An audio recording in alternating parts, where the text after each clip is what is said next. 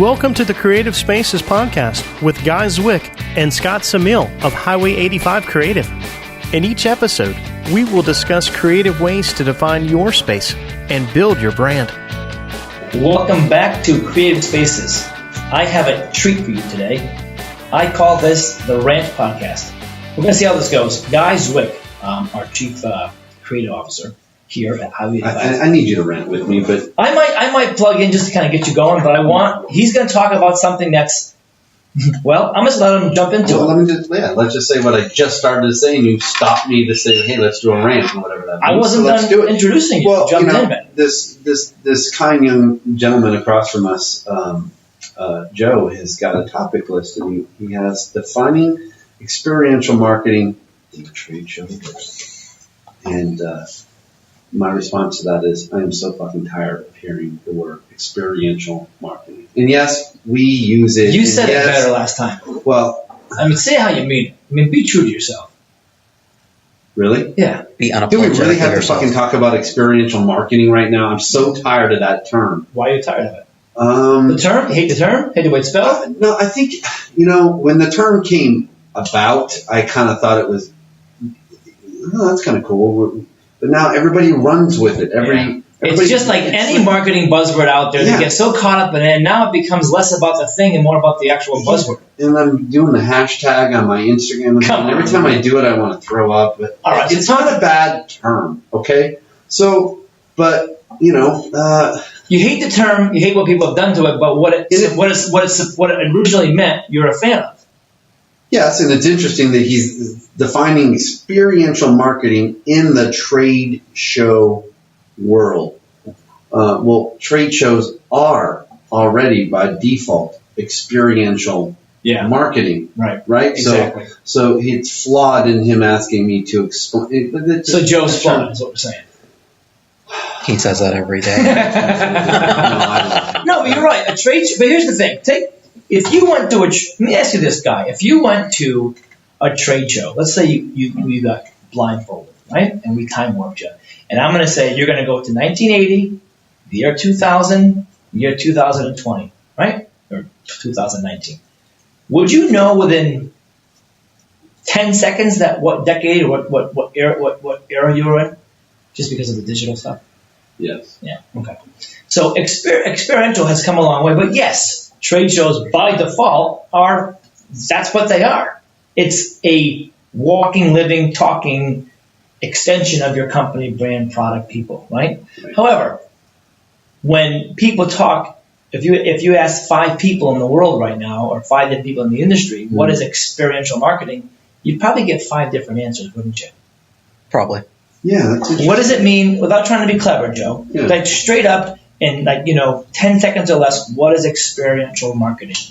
It's giving somebody an actual engaging experience. Like you guys are saying that a trade show by definition is experiential marketing. Walking up to a table, getting a brochure, getting a pen is not an experience. Okay. Walking up to a booth and participating in a photo booth and touching a touch screen and learning about new technology and using that technology, that's an experience. What he's saying is it's great. And that's what we talked about in a different episode where stores and malls are trying to give you an experience because they just don't want to be brick and mortar by the So what's your definition of experience? I was going to go to you next, but no, to me, give me a second to think about it, and it's unfair because I like Joe's answer, but experiential marketing is truly an opportunity for a company or a brand to differentiate.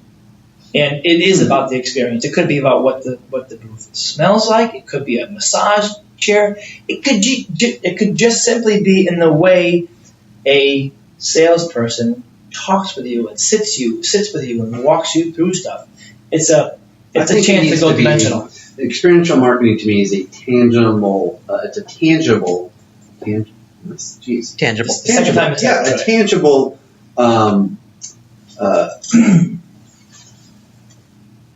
Experience. That's the wrong word. A tangible emotion and a action that is experienced about a brand or a product. Go with that, because I don't know if that's any different than what Joe was saying, but I know where you're going with this. He's saying it in a more scientific way. Like true experiential marketing involves multiple senses and emotions and all of that. It, like if you think about, like, they say that, like, just reading to yourself, you're not going to remember it as you will reading out loud, because now you're involving more of your senses, so it's touching more spots in your brain. Here's how lame it was in hindsight. You said the years, but let's just go back to like it would have been about 1994 or 93 maybe.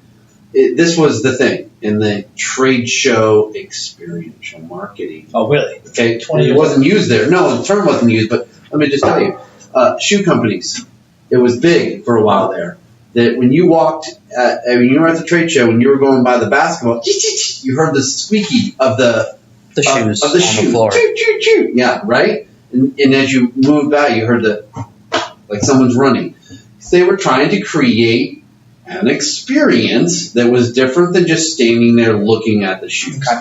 And then eventually that would get into technology where there's these bubbles that would come over your head, and you'd stand over the bubble, and then you'd hear the content.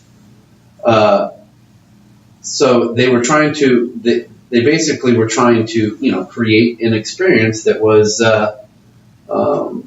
different than the rest. So Keith, I want to do a video of you. That's fine. you want to do a video? Yeah. Why don't you just say that? I could have gotten out my phone. What kind of phone is that? Yeah, It's an iPhone. It's just heavy for that, my element case. I don't know how to work this one. Here. What do you want, just video? Yeah, I want video of you. I'm an Android guy. I can't work iPhones, like, at all. Just don't do it. Let's just not, just in case we don't like the content, don't do it live. No, I don't want live. I just want a video of you talking. Yeah. Right. You can actually, Joe, you can do it. So anyway, I'm back to that. Sure. That description. No, I love it. So squeaky. So now you've got, even before the term, augmented people are doing reality. it. Right. Now you've got VR and all these other things. But so we're back to. Oh, gross. Let's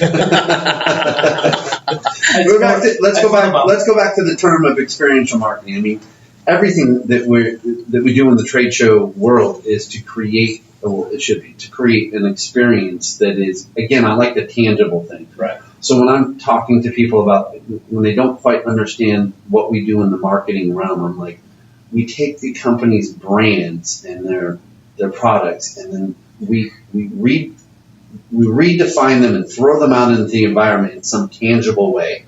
So we'll build an exhibit that displays their products, or do graphics and things that create an experience that explains the passion, explains the service or the product.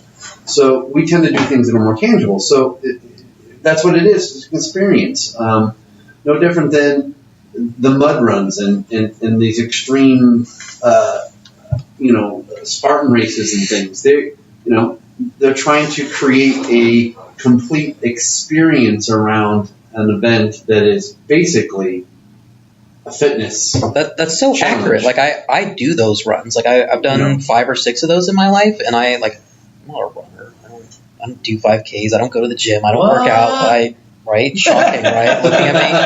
But I love those because of the experience. It's fun. It's fun to do. It's fun to go challenge myself and push myself. It's fun. You know what I'm hearing? What I'm hearing here? It's like, and I think I hear why you're so disgusted with it, because people have hung their hat on this term.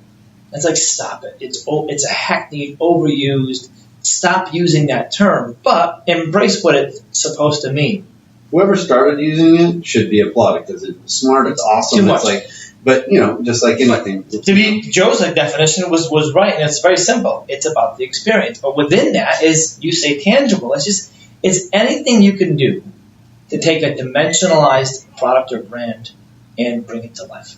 That's what it is. Yeah, I think a great example is, so for one job that we've been on, it was a company that does, they're selling now things for marijuana growers.